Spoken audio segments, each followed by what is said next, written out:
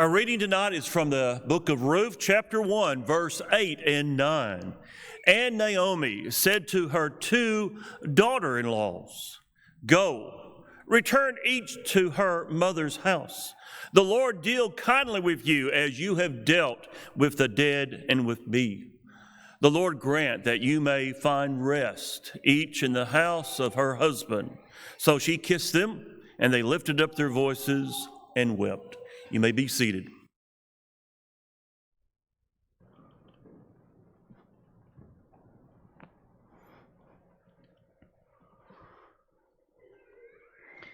We find ourselves this evening looking at a very familiar piece of paper like this for the book of Ruth. There is an interesting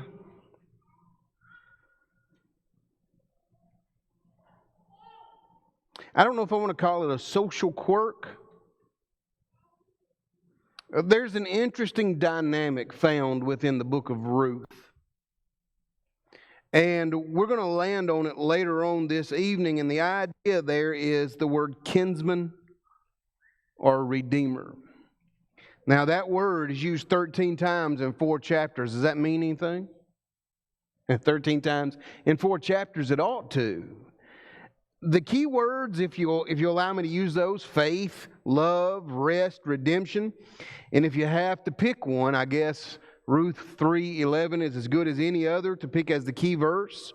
The phrase that we're going to spend our time looking at is, "Entreat me not to leave." In my Bible, I have written over most every book of the Bible some sort of quip about what that book is about. Here's Ruth, the sweetest love story ever told.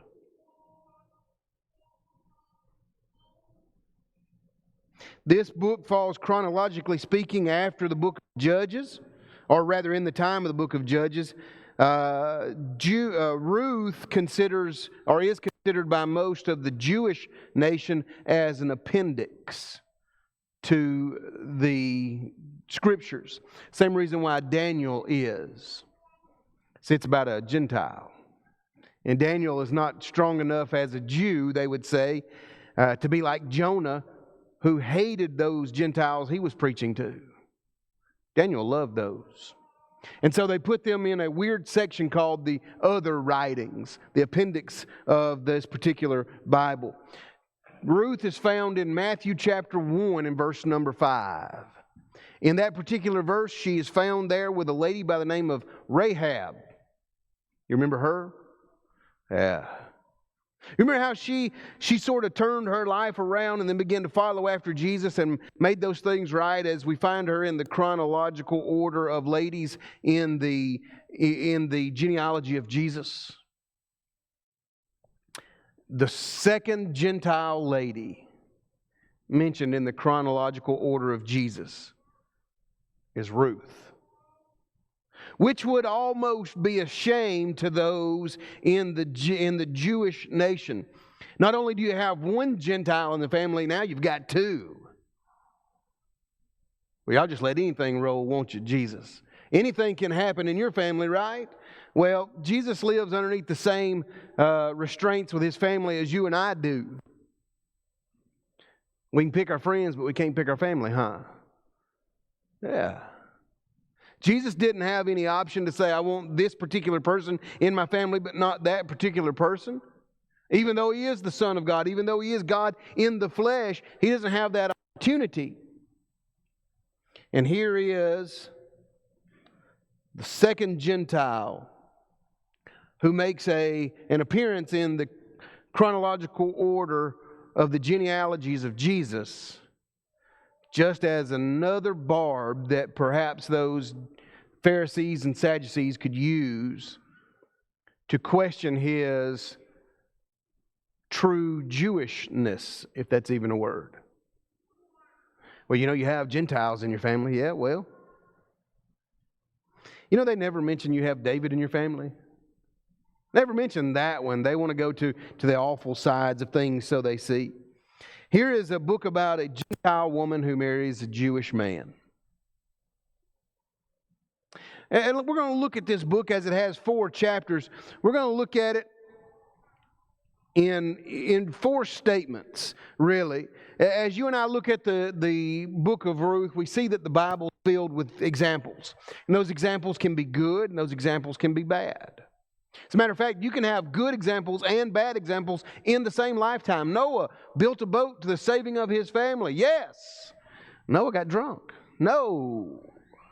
You see, those examples are not written in the way that you and I would write a book. If I'm going to write a book and it's going to be about this hero or heroine of this particular book, I'm going to write all the good things about them. I'm going to present them in the most positive light possible, and I'm not going to share those bad things. That's not the Bible. The Bible shows us, just like any other thing, you take the good, you take the bad, you take them all, and then you had the facts of life, right? This is where he is. Examples good and bad. And it's to teach man how God wants to be served rather than teaching man what you do is okay. This is teaching man how God wants to be served so that when we approach his throne, we can serve him properly.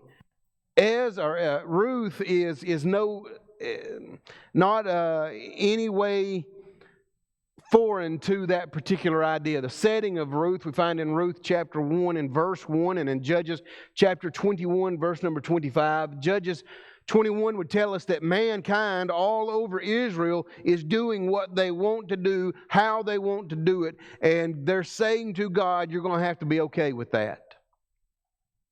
Well, in Ruth chapter 1 and verse 1, we find the family of Ruth, who she will marry into, leaving Israel because of a famine. The purpose of this particular book is the ancestry of Christ. How many of you are grandparents? How many of you bore folks to death with the pictures of your... How many of you show your grandchildren, right? Have you seen this? Have you seen my grandchild here? Have you seen that? You know what helps out the most nowadays with that particular process is social media. You can find that all the time. And that's a good thing. But I need you to understand this fact. If you don't understand anything else, if you don't get anything else out of this, understand this fact.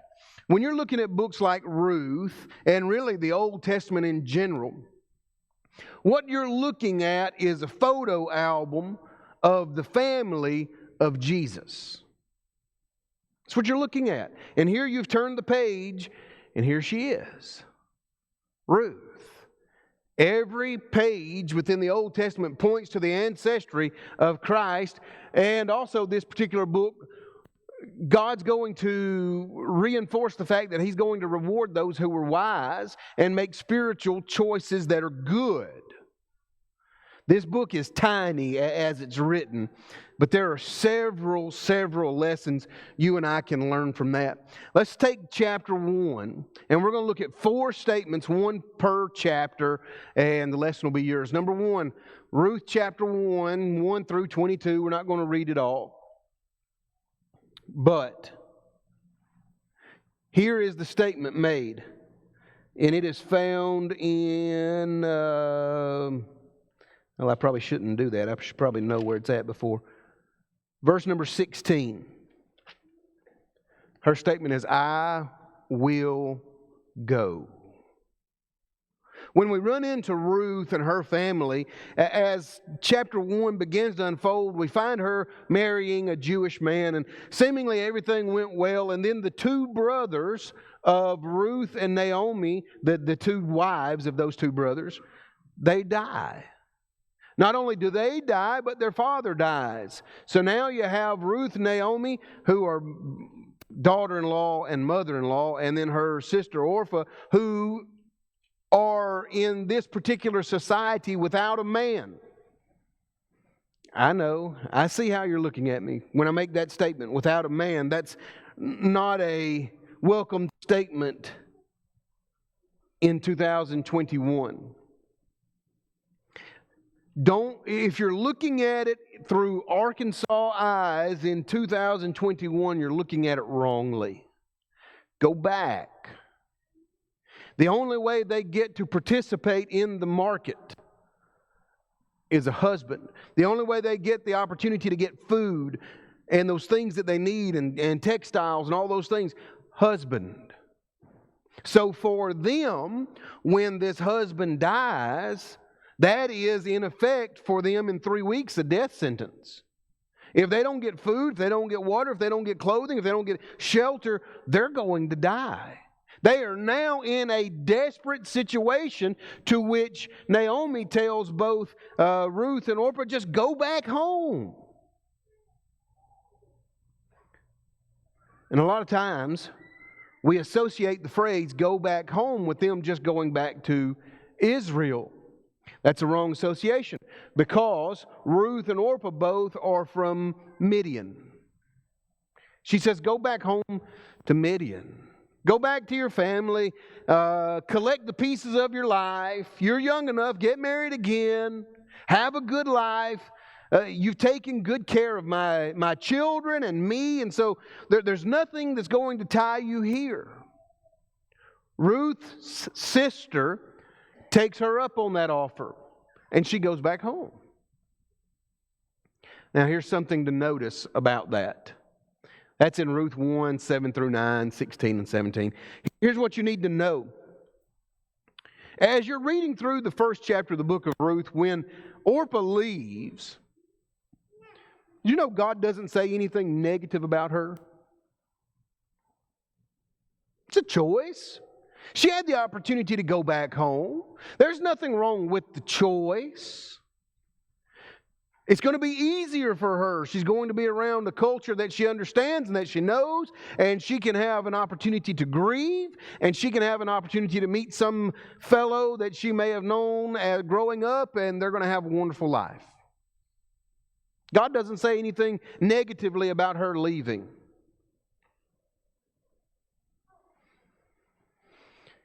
But there's something about the statement, I will go, that sets her apart from her sister. Look at verse number 16 beginning. Ruth says in answering her mother-in-law, entreat me not to leave thee, nor to return from following after thee, for whither thou goest, I will go, and where thou lodgest, I will lodge. Thy people shall be my people, thy God, my God. Wherever thou diest, I will die, and there I will be buried. The Lord do so to me, even more, if aught be death, part thee and me.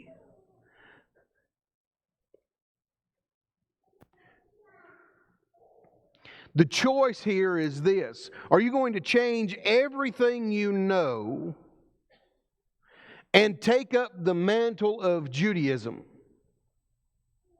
Take up the mantle of being a child of God underneath those Old Testament rules and regulations? Are you going to do that? Now, she had, for at least a period of time, been introduced to that with her husband and with the family she was living with. But now, are you going to abandon everything you know to follow God? And she said, not only will I go to that land, I'll stay with you till you die, and God punish me if anything parts us but death. There's a statement here with Ruth's choice, I will go. She's going to a strange land, to a people that probably won't accept her. How does the nation of Israel think about Samaritans, who at least were half Jewish? God forbid what they think about a full-on Gentile. She said, I'm going to go back to the land with you. I'm going to follow and do the things that I have always done, and you're going to be my family. And in a very telling statement that is probably read over quickly is this: your God will be my God. Not only is she giving up everything she knows culturally, she's giving up everything she knows spiritually. Everything she understands about God's little g or big G, anything she understands there, she is pushing all of that to the side in order to follow the God of heaven and earth. You want to talk about a girl who's converted? There she is. Ruth says, I will go in chapter 1. What about chapter 2? It's the whole chapter once again. Ruth says, let me glean. Now, as a show of hands here, young'uns, how many of you ever used the word glean at any time ever? All right, older folks, how many of you have ever within the past decade or in the millennium of the 2000s ever used the word glean? We won't use that much. Well, what's he talking about there? Well, Ruth finds herself when she goes back to Israel being the poorest of the poor. And you and I need to go back to Genesis chapter 38 to understand what she's doing. One of the laws in Genesis 38, aside from the Levirate laws, is the law that we have commonly called the poor corners. You see, the law in Genesis 38 is that a man who has land in order to grow grain or whatever substance he's growing on there doesn't harvest all the grain off of that field. Matter of fact, he leaves the corners of those fields for people who don't have land. And it's interesting, as you look at a man's field, you can tell how generous he is. If he goes right up to the edge and leaves 3 little stalks over here, it's going to be tough for a person to even get skinny on 3 little stalks of grain. If you see a man who not only cuts the corners wide, but also leaves the edge rows, you're dealing with a man who's generous. And as she begins to speak to one of the kinsmen of Naomi, she begins to speak to a man by the name of Boaz. And her request is that she is simply allowed to go gather grain in those corners. I am sure that Boaz knows the predicament under which Ruth lives, that she's a widow and that she's a Midianite. He knows that.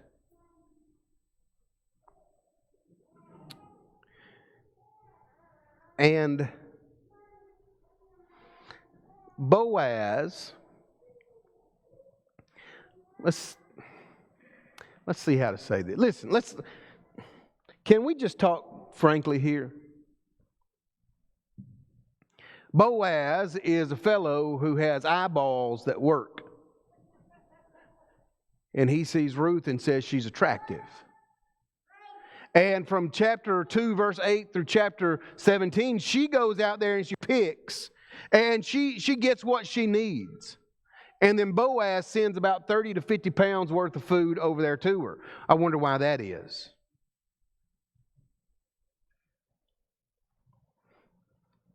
Don't downplay the fact that Boaz is attracted to Ruth and thinks she is an attractive person.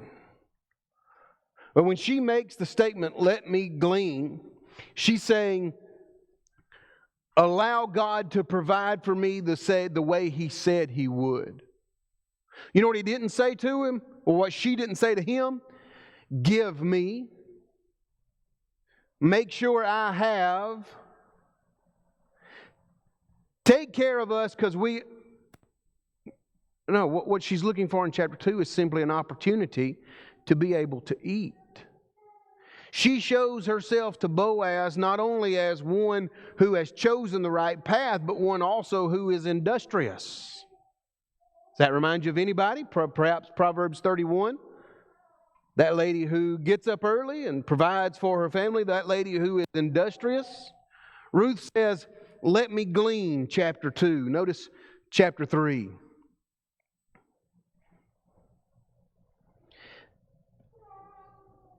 The underlying statements from chapter 2 into chapter 3 is that Boaz is learning more about Ruth and is growing closer to her, even though Ruth is either playing it cool or she doesn't know. And I hadn't decided which one.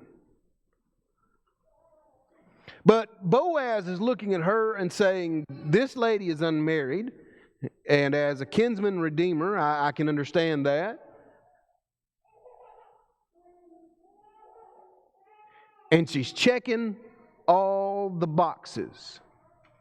I mean, except that one where she's a Gentile and all. Other than that, she checks every single one of them. And so Naomi, the mother, gives Ruth some advice in chapter 3, verses 1 through 5. First, she says this: wash yourself and put on some good clothes. Side note, if you want to date somebody, here's a biblical principle. Don't stink and wear clean clothes. That helps you out a lot. And then she does something very odd. Chapter 3 and chapter 4 hold two of the weirdest ancient traditions that I believe I've ever read in my life. She goes into the threshing floor where Boaz is asleep. And Naomi says, go and uncover his feet, and that'd be up to about the mid-calf. And then lay down beside him. Now, what we think of is folks laying right beside each other like this, right? She's going to uncover his feet and lay like this. As she lays perpendicular to his body down here, that's a sign of submission. As a sign of her giving herself over to him in a position of slavery. There's nothing sexual about this idea at all. It's all about how she is presenting herself to him. So she uncovers his feet for whatever reason that is. How many of you sleep with your feet under the covers? How many of you don't?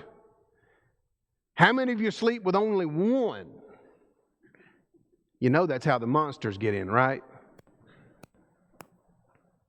And she uncovers his feet. If my feet get uncovered long enough, then my body cools off, and somehow I wake up and I go, where are these covers? Put that back on my feet.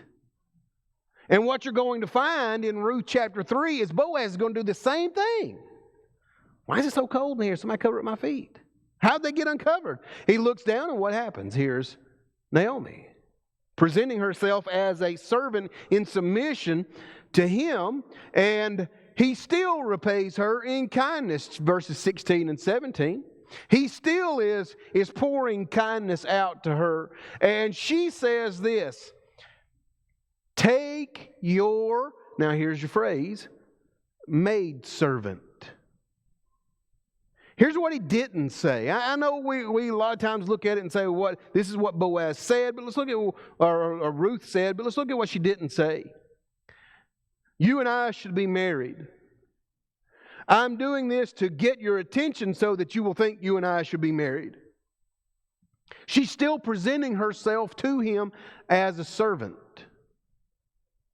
Go back in your mind, or really at this point from Ruth, forward in your mind to Luke chapter 15.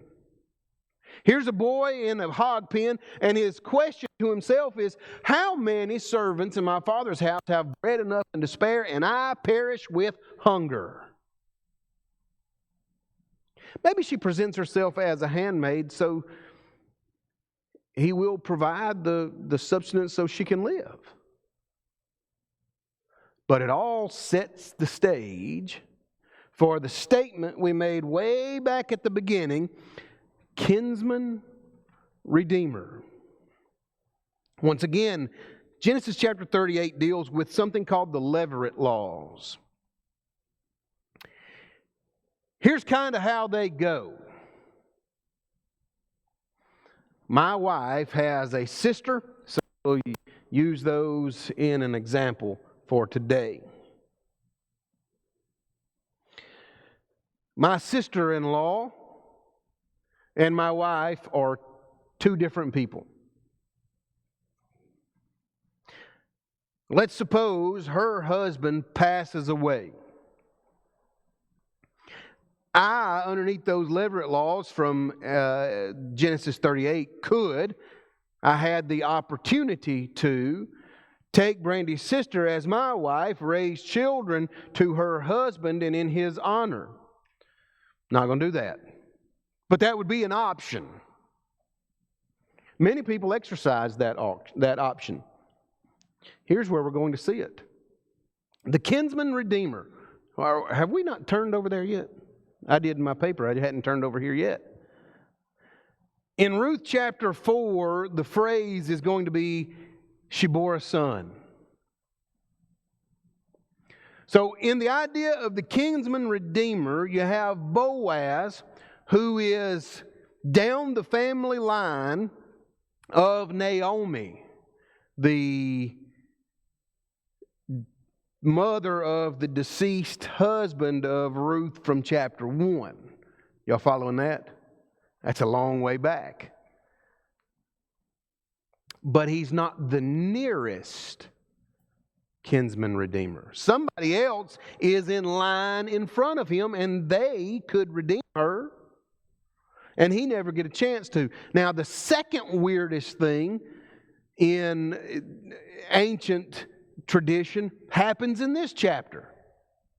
He asks the fellow, he said, do you want to redeem Ruth? And he says, really, I just want the land. I don't want Ruth as my wife. And so Boaz takes off his shoe and hands it to the guy. Anybody got anything on that? I don't know. And here's what I'll tell you that I've read. And you can make your own assumptions about what this means. Some say that this taking off of the shoe and handing it to the other guy is a sign of respect. That he's going to give him a pair of shoes, and that being the symbolic shoe, and that sort of allows this closer one to step out of the way and say, Boaz, you go right ahead as the kinsman redeemer. Some say that the shoe is a trade for her and those rights. And that Boaz just kind of has to walk off with Ruth, the land, and one shoe. I don't know.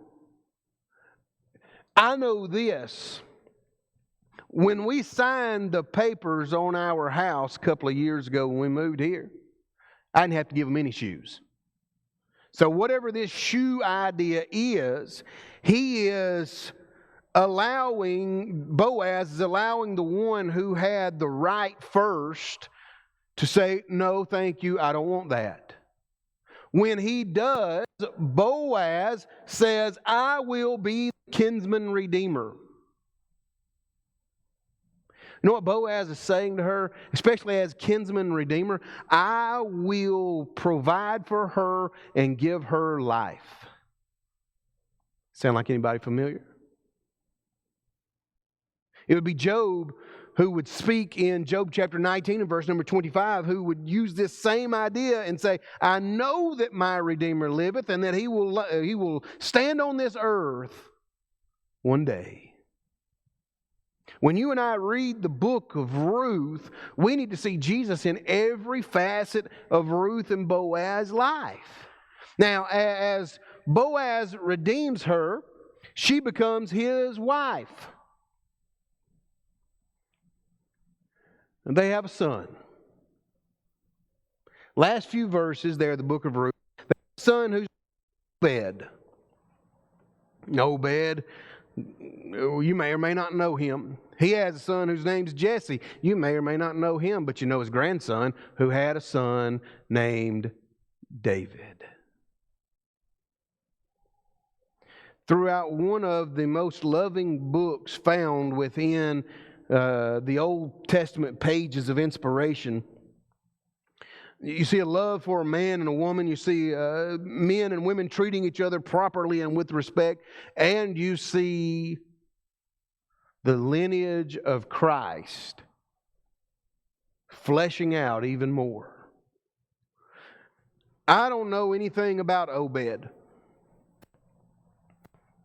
other than his grandson. That's good enough. Notice some things here in Ruth. Ruth made a wise choice in chapter 1. And the principle there is God is going to reward me too if I'm wise in my choices and spiritually speaking. Verse 2, or chapter 2. Ruth was very hard even when it seemed to be very hopeless.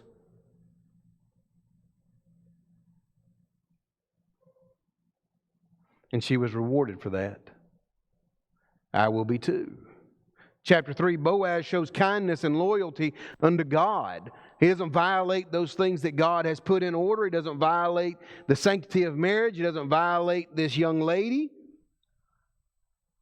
And he shows kindness and loyalty to God. In this book, the way that Ruth deals with Boaz, the way that Boaz deals with Ruth, the way that Naomi deals with Ruth and Boaz, the way that they all deal, even with Ruth's sister Orpah, they all deal in the idea of integrity and character as a child of God.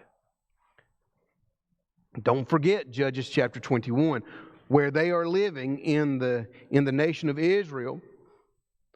That Judges chapter 21 write that everyone else seemingly in that community and in that nation is doing whatever they want to, however they want to. But in this book you find people who are known as the remnant, those who are following after what God would do, how God would say those things. And it has always been found within the mass of humanity that there's a group of people doing what God said to do in the same fashion in which God said to do it. What does that all lead me to? Well, that all leads me to this. Are you a part of that group? Are you a part of the group that is doing what God said the way that God said do it? If you're not, you can be. Through simple confession and baptism, through belief and repentance, you can be a part of God's church even today. You can be added to that church. That blood for which Jesus died can be poured over you. You can be buried in that. And you can be raised to walk in a newness of life. And as I look at this particular crowd who is in this particular room, it looks like we all have. And that's a good thing. But are you faithful to that God who has saved you?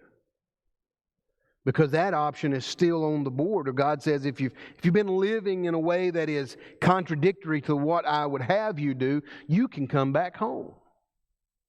I will still redeem you through the blood of that kinsman redeemer. Let me encourage you, take advantage of that while you still have time and opportunity.